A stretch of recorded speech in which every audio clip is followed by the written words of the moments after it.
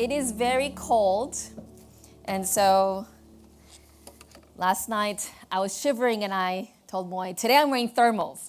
So I'm actually wearing 4 layers. I did take my coat off, so I guess now I'm wearing 3. But yes, it's nice to be here with you all. For most of my childhood, home was a 2-bedroom apartment on the wrong side of town. And because we were renting, we were never allowed to hang anything on the walls that required more than a pushpin. So my room decoration consisted of a motivational calendar my dad got me for Christmas, and a pencil sketch of me that my mom had drawn for my birthday. I was the younger sister, so I got the bottom bunk in a room that I shared with my sister until I turned 18. The view of lying on my bed and looking up and seeing the bottom of my sister's mattress base, the wooden beams, the dust cover, that was the one constant I had in a very unstable, unpredictable life. Because my dad moved us every 1 to 2 years. Growing up, I was a new kid in school every other year from prep to grade 9. Perhaps that's why I never really felt at home anywhere. I never felt like I belonged. In fact, the fact that I'm sitting there at that table by myself was giving me bad flashbacks, so people come sit with me, all right? My classmates had known each other their whole lives, and I was always the new, shy kid. And when we moved from downtown Los Angeles to a tiny town in Pennsylvania, I was one of 3 Asian kids in the whole school. But not only did I not look like my peers, I didn't live like them. I was a Sabbath keeper, I was vegetarian, I was poor, insider, outsider. I was listening, Dr. Jackson. I still remember the first time I went to a sleepover. The girl who invited me had a room to herself, a queen-size bed with one of those posts that had like princess drapes over it. She had all these stuffed animals. She had a whole separate room just for all her toys. She had her own bathroom. And in their house, their 4-bedroom house, 2 stories, basement, and they had this walk-in pantry where anytime she wanted, she could waltz in and get a snack, which boggled my mind because in my home, you don't snack between meals, and if you do, you can eat fruit.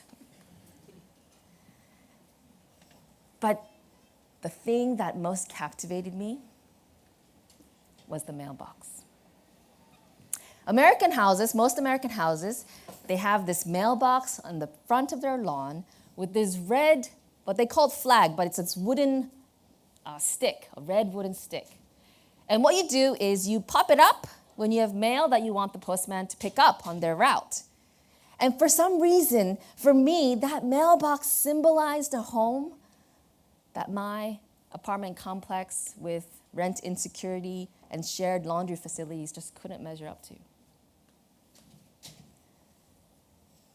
I dreamed of having a house address and a mailbox, of putting that red stick up to say, I have mail from here. I longed for a home address that began with a house number. But of course, that was the American dream lying to me. Because my best friend who lived in such a house would later tell me how much she hated going home because she didn't get along with her stepdad. For what is home? Unless it's a place where you can breathe a sigh of relief and say, I am safe here. Here, I don't have to have my guard up. I don't have to worry about anyone or anything, and someone is going to take care of me. Here, I am unconditionally loved, and I don't have to perform, produce, or pretend. How many of us have had a home like that? If you were very, very lucky, you might have had such a home where you could just rest and play and love and study freely, knowing that you were provided for. But I think many people around the world haven't had such a home or had such a childhood. In fact, most people I've talked to over the years, no matter their socioeconomic or cultural background, have experienced in their childhoods and into their adulthood the anxiety to perform, to produce, to pretend, to maintain the equilibrium of their family dynamics, to strive to meet expectations, to enter a new relationship with fear of rejection. So while many of us have had permanent addresses, most of us have never been home. No wonder so many of us are restless, itching for the next adventure, whether it's traveling abroad, entering a new relationship, or trying some new study or work or job or activity. These are all good things. But could it be that sometimes we are looking for those things and seeking for a place to belong just so that we don't feel so lonely? Or we distract ourselves from our restlessness by mentally checking out, binge watching, scrolling, trying to forget how homesick we truly are. Why are we never satisfied? I recently read a really good book that has triggered all these thoughts about home, called On the Road with St. Augustine by James K.A. Smith, a professor of philosophy. He observes that many people take this view that the road is life, that there is no ultimate destination, that life itself is the adventure. We know it. You only live once. Just enjoy the ride. Everything that we are told by advertisers and our peers. But for Professor Smith suggests that the road is life motto is something you try to convince yourself is true when you never feel at home with yourself. In fact, he suggests that perhaps the road of life mindset, is the mindset that we have when we are privileged. Let me just make sure I put this in the right way. And we don't realize that we are not home yet. A few weeks ago, I met a young man who's a refugee from Afghanistan. And he had fled his home country, and he ended up in a refugee camp in Indonesia for 11 years. For 11 years, he hadn't seen his younger brothers.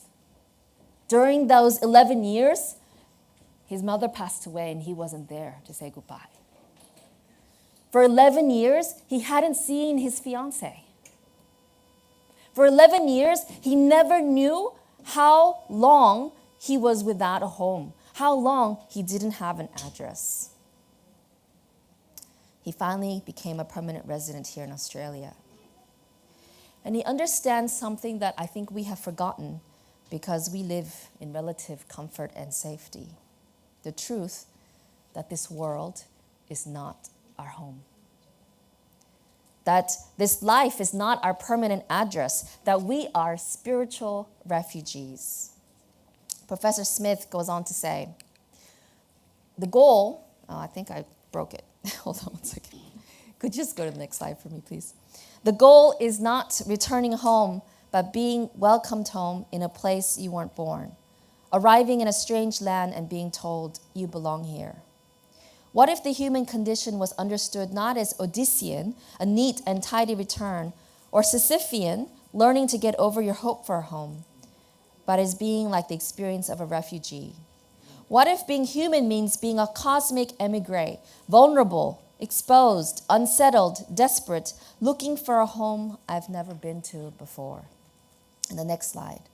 The longings of a refugee to escape hunger, violence, and the quotidian experience of being bereft in order to find security, flourishing, and freedom are good and just precisely because they are so deeply human. The exhaustion we experience from perpetually seeking, the fatigue of trying to live as if the road is life, the times we crumple onto the road, just wishing someone could find us and take us home. The persistence of this hope almost makes us wonder if it could be realized. In other words, what if the longing in your heart for something better is precisely a sign saying that there is something better to long for? What if the emptiness you feel, despite having so much, is a clue that nothing on this earth can satisfy our heart needs? What if the anger we feel at the injustice and pain in the world is a compass telling us that there is a true north where justice reigns? What if the craving for rest, for sanctuary, for healing, for home is a call from someone who knows the way home? Someone who gives us this invitation and promise. In the next slide, John 14, Jesus says, "Do not let your hearts be troubled. You believe in God, believe also in me. My Father's house has many rooms. If that were not so, would I have told you that I am going there to prepare a place for you?" At last, this was the home that I had been longing for. A home where there's no more packing up, goodbyes, and the fear of eviction. A home that we don't have to build or renovate or work 20 years and sell all our organs to get a deposit for here in Melbourne. A home that is provided for us, ready to move in. Roy and I are trying to buy our first home right now, and we're having a lot of disagreements because he wants a fixer-upper, and I just want to move into a home that's ready to live in. Jesus invites us to a home where we can have fellowship without end, because in our Father's house, there are many rooms. But the best discovery of all, and it took such a long time for me to really get this, a home where I don't have to perform, produce, or pretend. A home I don't have to earn. If you go on to read, Jesus says, "If I go and prepare a place for you, I will come back and take you to be with me, that you also may be where I am. You know the way to the place where I am going." Thomas said to him, "Lord, we don't know where you're going, so how can we know the way?" And Jesus answered, "I am the way and the truth and the life." Dear, doubting, honest, thinking Thomas, who asked the question no one else was brave enough to ask, right? Everyone else is pretending they know exactly what Jesus is talking about. They have no idea. Thomas is the one that says, "Hey, wait a second, Jesus. We don't know where you're going. So how can we get there?" For so much of my life, I thought, as a good Adventist, this is the passage we show to show that Jesus is coming back literally to take us home. Like a good Adventist, I thought for a very long time that being ready for Jesus meant I had to make it to the meeting point. I have to make sure I'm on the pickup list. I have to make sure that I'm ready. But if you look at that text, Jesus says, "I am the way." He's not just a destination. He's our ride home. Jesus comes to us where we are, exhausted, hurt, scared, and he says, "Rest now. I've got you. Let me carry you. You don't have to perform, produce, or pretend anymore. You don't have to find your own way. Hop in the car. Let me take you home." Once I finally understood this, I felt at home, answering the call to become a pastor, entering into a relationship with the man who became my husband, moving from the U.S. to Australia 12 years ago to plant a church in the heart of Melbourne, becoming a mom, writing a book, all terrifying things that I was able to do, not because I was brave or competent, but because Jesus carried me through.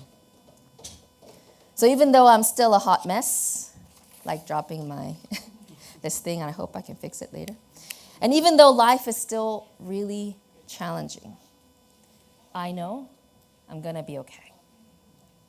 It's like if you're lost, right? If you're hiking up a mountain and you fall and you're injured and you're trying to find your way home and you're exhausted and your throat is hoarse from crying out for help, and the moment you see that rescue helicopter, and the moment that your eyes make contact with the pilot, no matter how far away you are from home and no matter how much pain you're in, at that moment, you can rest. because you know that pilot is going to take you home. So even though we're not home yet, even though we're still tired and in pain in this lifetime, because Jesus has crossed the universe to make a way, we're going to be okay. We can allow ourselves to love and to be loved. We can have courage to enter new challenges and life stages and places and callings, because anywhere that we go, Jesus goes with us. He's our ride or die. Anywhere we go, we're actually on our way home. And that's why we can have rest. That's why we can have Sabbath. And I pray that you will realize way before I did this amazing truth that Jesus is the way, the truth, and the life.